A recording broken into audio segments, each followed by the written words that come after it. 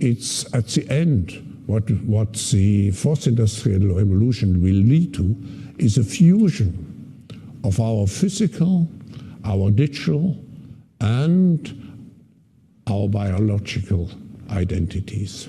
So that's the first. Physical, digital, and biological identities.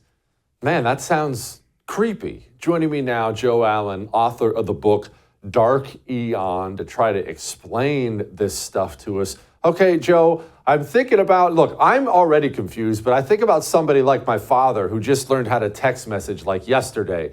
How's he supposed to process what any of that even means? Dumb it down so we can understand. What is he talking about? Well, first off, Jesse, I would recommend that you dissuade your father from texting anymore and to go back to the smoke signals. It's safer that way. What Schwab is talking about is the reality that we live with every day now and have for many years. This fusion of identities, or as he has also defined the fourth industrial revolution, the convergence of the physical, the digital, and the biological worlds. This is where we're at. Transhumanists have spoken about this for a long time, the merging of human beings with machines. I would say that this process got a huge boost in 2007 with the release of the iPhone, and it's only becoming more and more immersive. Right now, Meta, who was, roundly ridiculed, and rightly so, back in 2021 for their rollout of the Metaverse as they conceived it. Well, if you saw the recent interview with Mark Zuckerberg and Lex Fridman,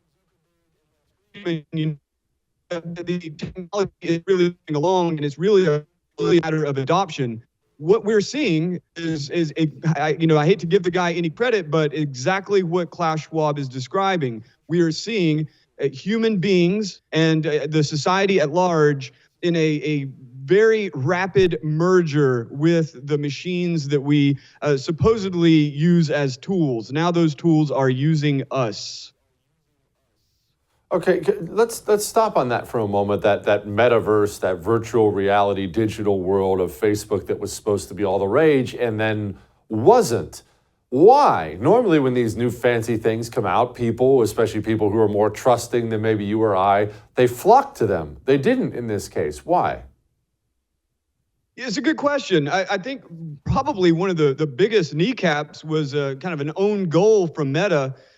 When they opened that first expo of the Metaverse, they did it with this really corny, cartoonish presentation. I watched the entire thing. I believe it was like 3 hours long. As you went along, they actually showcased a lot of the more impressive virtual environments that they've been developing, but people kind of stopped at the dorky stuff. I suspect that especially as gaming becomes more and more suffused with virtual reality, that it will continue to move along. And it's also really important to note, Meta is not the metaverse. The metaverse is the metaverse as a concept goes back way before Meta. And the concept, as Schwab just described it, is that you have a kind of digital plane that exists over and above the physical and the social, and that human beings will spend more and more time in that digital realm and less time in the physical realm. I'll give you a really striking example that was put forward by Inflection AI's founder, Mustafa Suleyman. In a recent interview, he was talking about this broader concept of the metaverse, and he asked a very disturbing question. Today, how many hours have you spent staring into your digital device versus how many hours have you looked into the eyes of your loved ones? I think that equation is, for most people, going to tilt towards the digital device, at least in America and the developed world. As that becomes more and more a reality, those digital ideas, those meme complexes, they're going to be more and more representative of what we see as real than the world outside our own windows.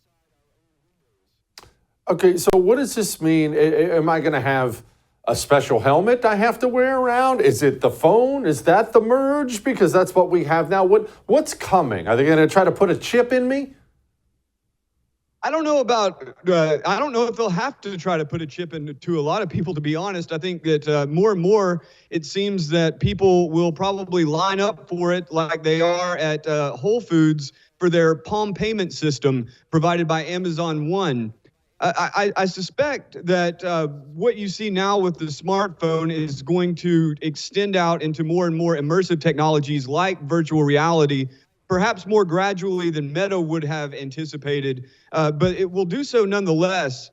Ultimately, though, I would say that where we're at right now, where we're at with smartphone technology, where we're at with people being utterly dependent on algorithms for their orientation to the physical world, for their orientation to information, for their news, for their social contacts, for their very sense of well-being, the more we offload that to algorithms, the more we become what Schwab just described, that fusion of physical, digital, and biological identities. I would say we've gone too far already. I think that the more people drop out of that system, or at least restrict their immersion into it, the better we are. But I suspect that that's not going to be the case for the majority of our kinsmen. A major concern for me in all this stuff, Joe, is who's going to be writing all this programming for AI. Here's our illustrious vice president. All to help make sure that the benefits of AI are shared equitably and to address predictable threats, such as algorithmic discrimination, data privacy violations, and deepfakes. We named it the Blueprint for an AI Bill of Rights. Yeah, although everyone knows what the deal is, they're going to be building all this stuff, and it's going to be a friend of theirs and an enemy of ours. Do I have that right?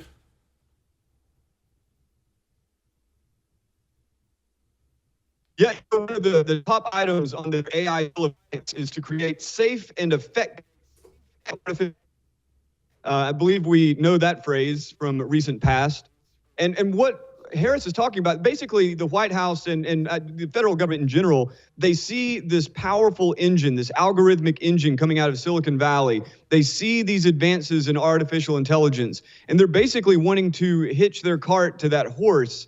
A big part of that, as you just heard, equity and trying to limit or eliminate discrimination in AI. Well, what that's ultimately going to mean, as these algorithms are incorporated for employment, as these algorithms are deployed for instance, determining who gets a loan and who doesn't, who's placed where in a corporation, they're just going to put their thumbs on the scales to disenfranchise those that they see as political enemies, and they're going to use it to advance the interests of those constituents that they want to benefit. So, I mean, the system itself is bad enough, but I suppose if we're going to hurtle into a singularity, I would rather it be a right-wing singularity than some sort of bizarre, woke Kamala Harris version of it.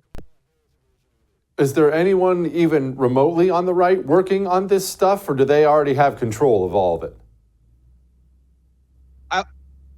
As far as it goes, I would say that the actual technologies themselves is primarily driven by the right, to the extent you consider libertarians to be on the right. I mean, look at the people at the forefront of AI. You've got Sam Altman of OpenAI. Yeah, he is a bit woke, but by and large, he is a libertarian. Yes, he's working with the federal government to craft regulation, but for the most part, he is an accelerationist.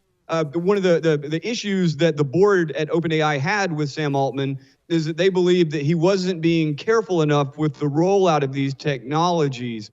Then you have Peter Thiel, very much a right-winger, supporting a lot of Republican candidates. You've got Mark Andreessen, very much a libertarian. And you've got Elon Musk, who is basically now a hero on the right because of his provision of free speech on X. But I cannot think of a single individual who is more an icon of the transhumanist movement than Elon Musk. So that's the bizarre situation we find ourselves in. The left and the right are both intoxicated by this techno-optimism.